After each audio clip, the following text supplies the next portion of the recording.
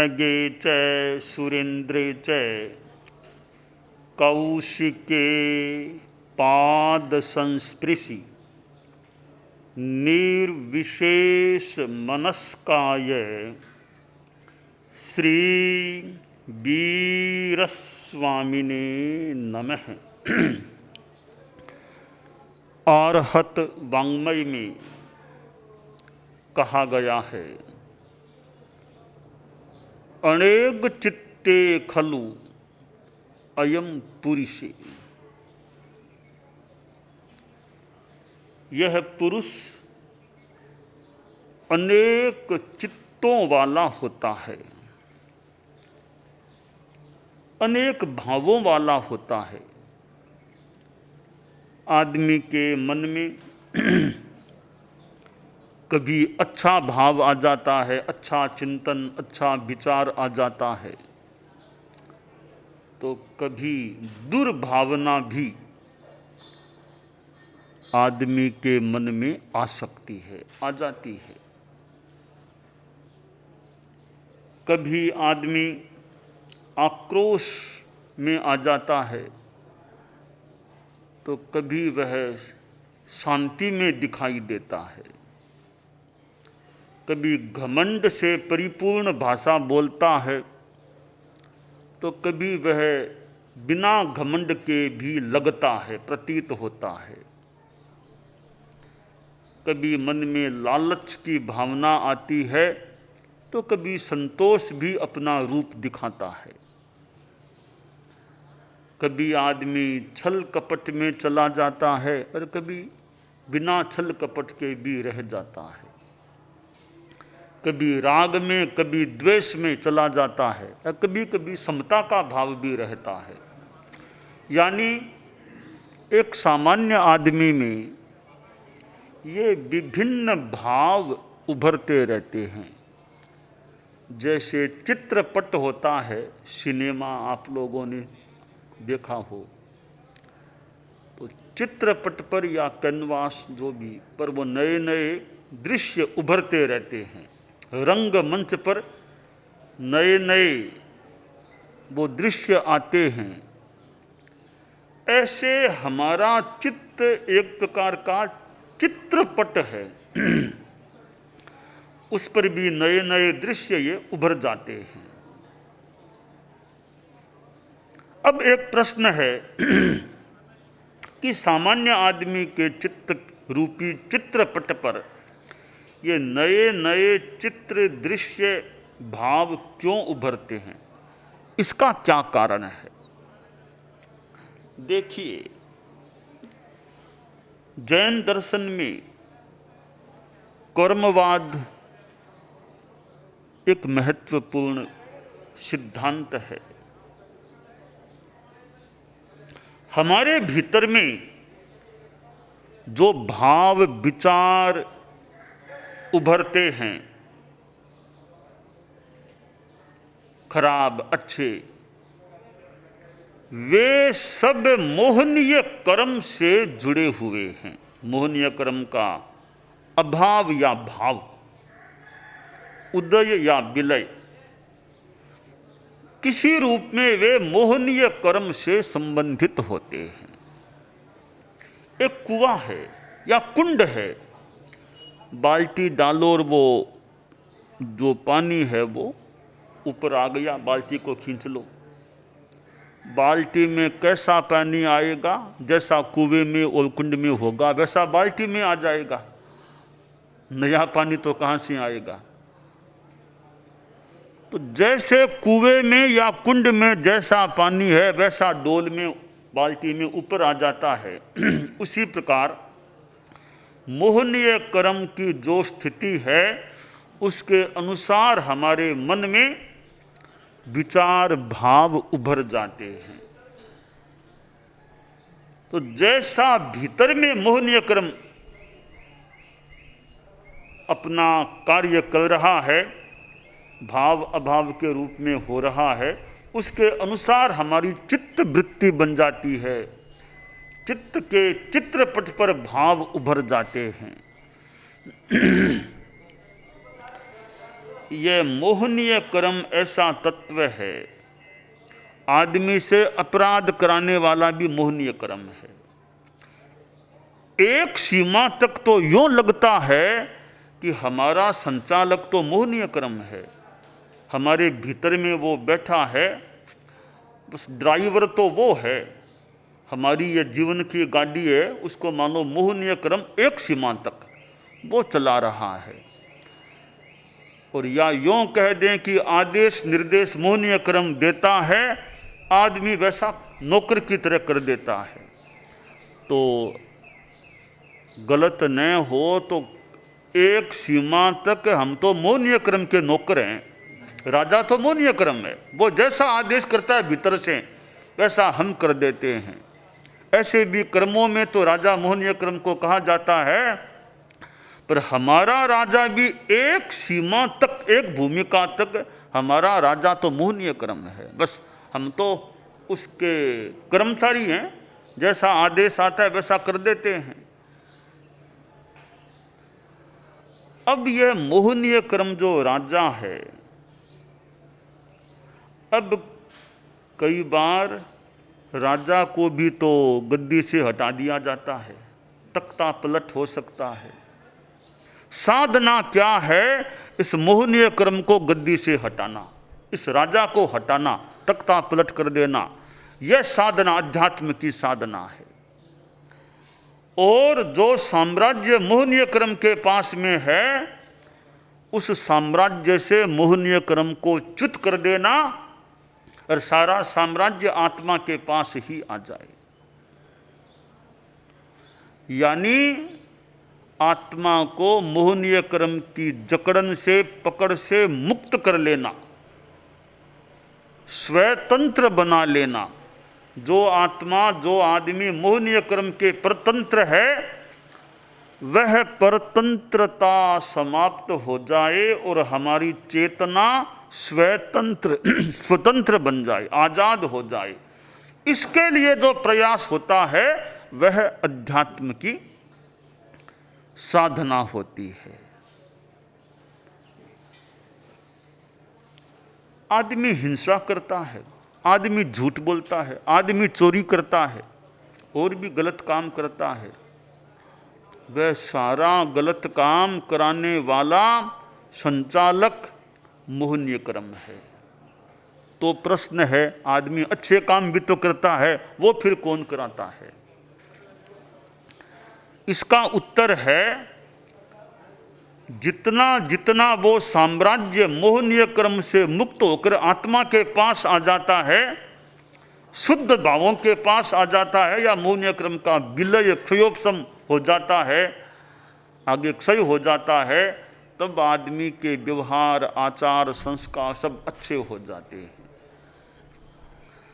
तो जितना भी बुरा कार्य आदमी करता है, वह सब कराने वाला तो मोहनीय कर्म है। जितना भी राग द्वेष मुक्ति से संप्रेरित अच्छा काम आदमी करता है, वह सारा माने कि मोहनीय कर्म के अभाव से युक्त चेतना से कराया जाने वाला, होने वाला होता है। एक संघर्ष है साधना। साधना इज ए स्ट्रगल। साधना एक संघर्ष है। संघर्ष कैसे है?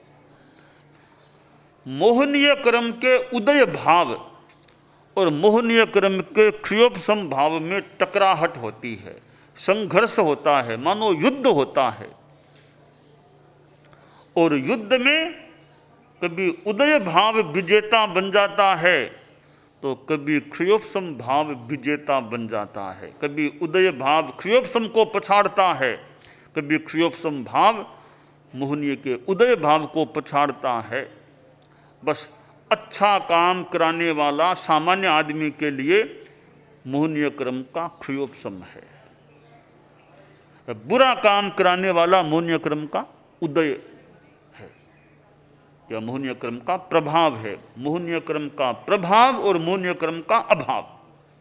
मोहनीय का प्रभाव है वो आदमी से गलत काम कराता है, मोहनीय कर्म का अभाव है वो फिर आदमी से अच्छा काम कराने वाला हो सकता है।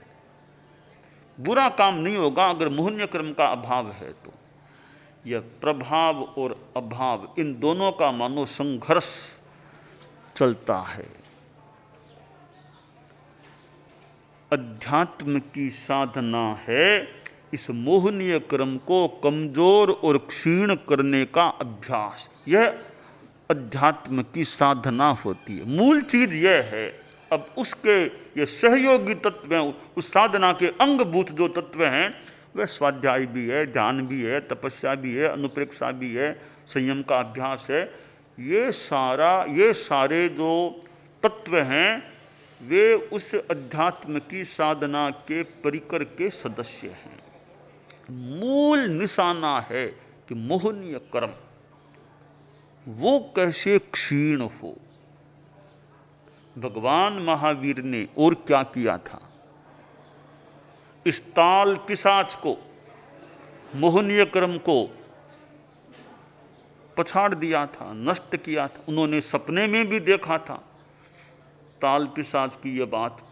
तो ताल पिशाच यानी मोहनीय कर्म को परास्त कर देना, यही तो मुख्यतया मानव साधना भगवान महावीर ने करीब 1.5 वर्षों तक यही तो काम किया था कि मोहनीय कर्म को मानो कैसे कमजोर और क्षीण करना। और प्रयास करते गए साधना करते गए, आखिर मोहनीय कर्म को हटना ही पड़ा, क्षीण होना ही पड़ा। तो क्षीण हुआ तो ऐसा हुआ सदा के लिए क्षीण हो गया, वापिस कभी भगवान महावीर की आत्मा पर प्रभाव डाल न सके। ऐसी स्थिति में वह मोहनीय कर्म चला गया। और मोहनीय कर्म क्षीण हो गया, फिर केवल ज्ञान तो मानो तैयार है। एक मोहनीय कर्म को कोई क्षीण कर दे, फिर अलग से केवल ज्ञान पाने के लिए विशेष कुछ संभवतः प्रयास की जरूरत नहीं है, वो तो होगा ही होगा। गुणस्थानों की दृष्टि से देखें तो 14 गुणस्थान जो हैं, 12वें गुणस्थान में मोहनीय कर्म का क्षय और 13वें गुणस्थान में केवल ज्ञान, केवल दर्शन की प्राप्ति, निरंतरायता की स्थिति की प्राप्ति।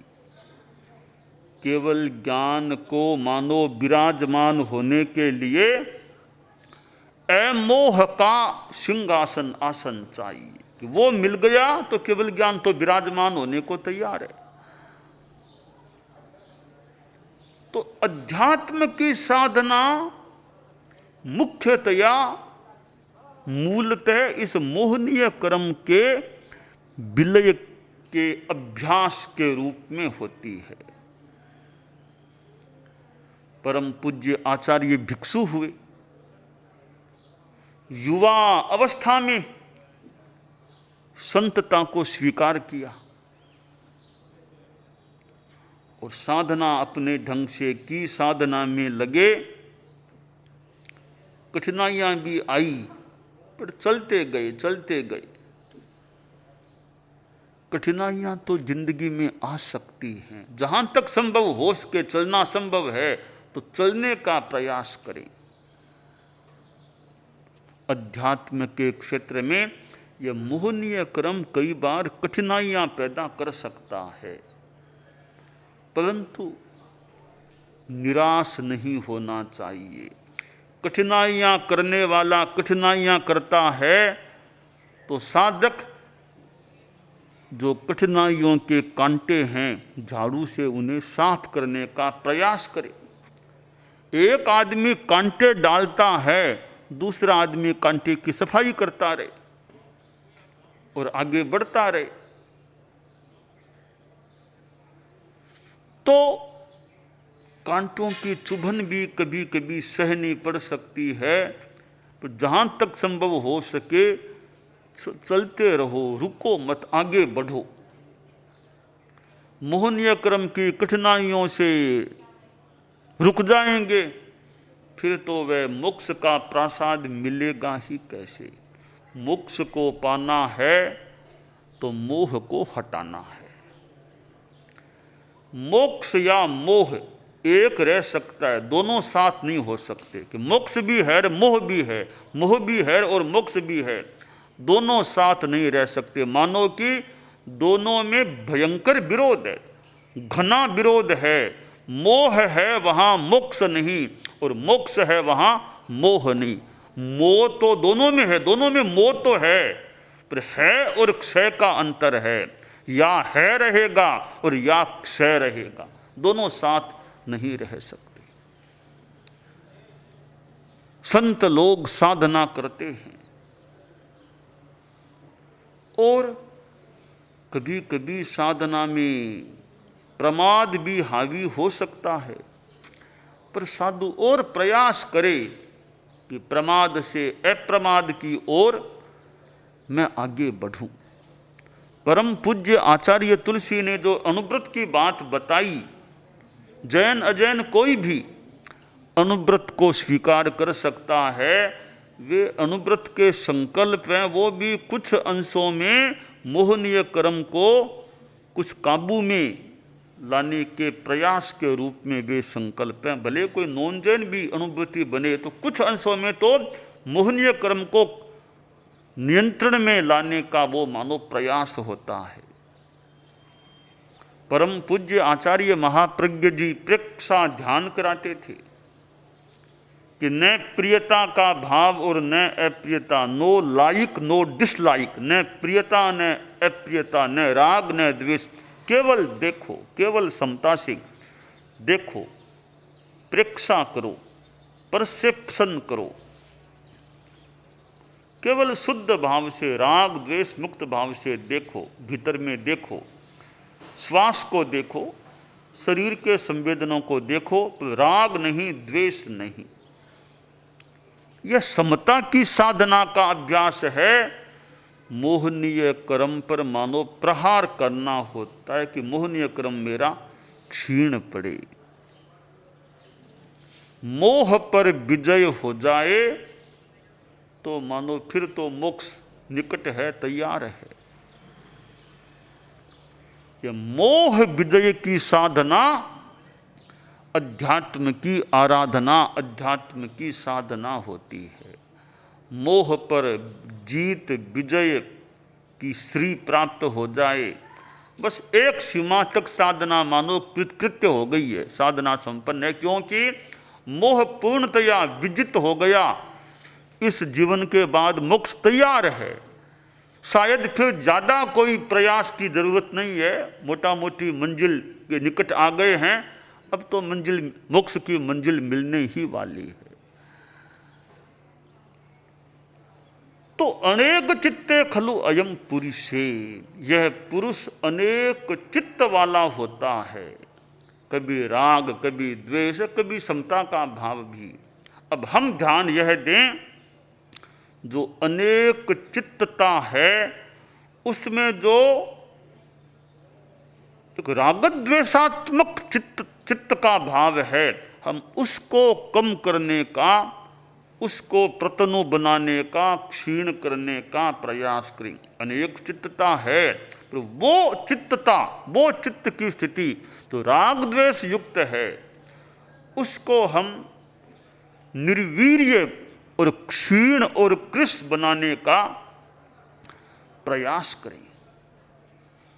हमारे संत लोग हैं, आचार्य होते हैं।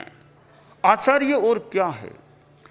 आचार्य जो एक अध्यात्म का मानो मार्ग बताने वाले हैं, तीर्थंकर जो बताते हैं, वो तो खैर सर्वज्ञ होते हैं। उनको यह कहने की अपेक्षा नहीं, जैसे भगवान महावीर थे, उनको यह कहने की अपेक्षा नहीं कि भगवान पार्श्व ने ऐसा कहा था इसलिए मैं यह कहता हूँ, भगवान ऋषभ ने ऐसा कहा था इसलिए मैं यह कहता हूँ, भगवान ने ऋषभ ने ऐसा कहा, उन्होंने ऐसा कहा, इसके आधार से वो प्रवचन करे, यह अपेक्षा भगवान महावीर को नहीं। वो सर्वज्ञ हैं, वो तो यह कह सकते हैं मैं ऐसा कहता हूँ, मैंने ऐसा जाना है। उन्हें भगवान ऋषभ का आलंबन लेने की जरूरत नहीं है। परंतु आचार्य जो भी केवल ज्ञानी नहीं हैं, वे तीर्थंकरों का या आगमों का आलंबन भी लेते हैं।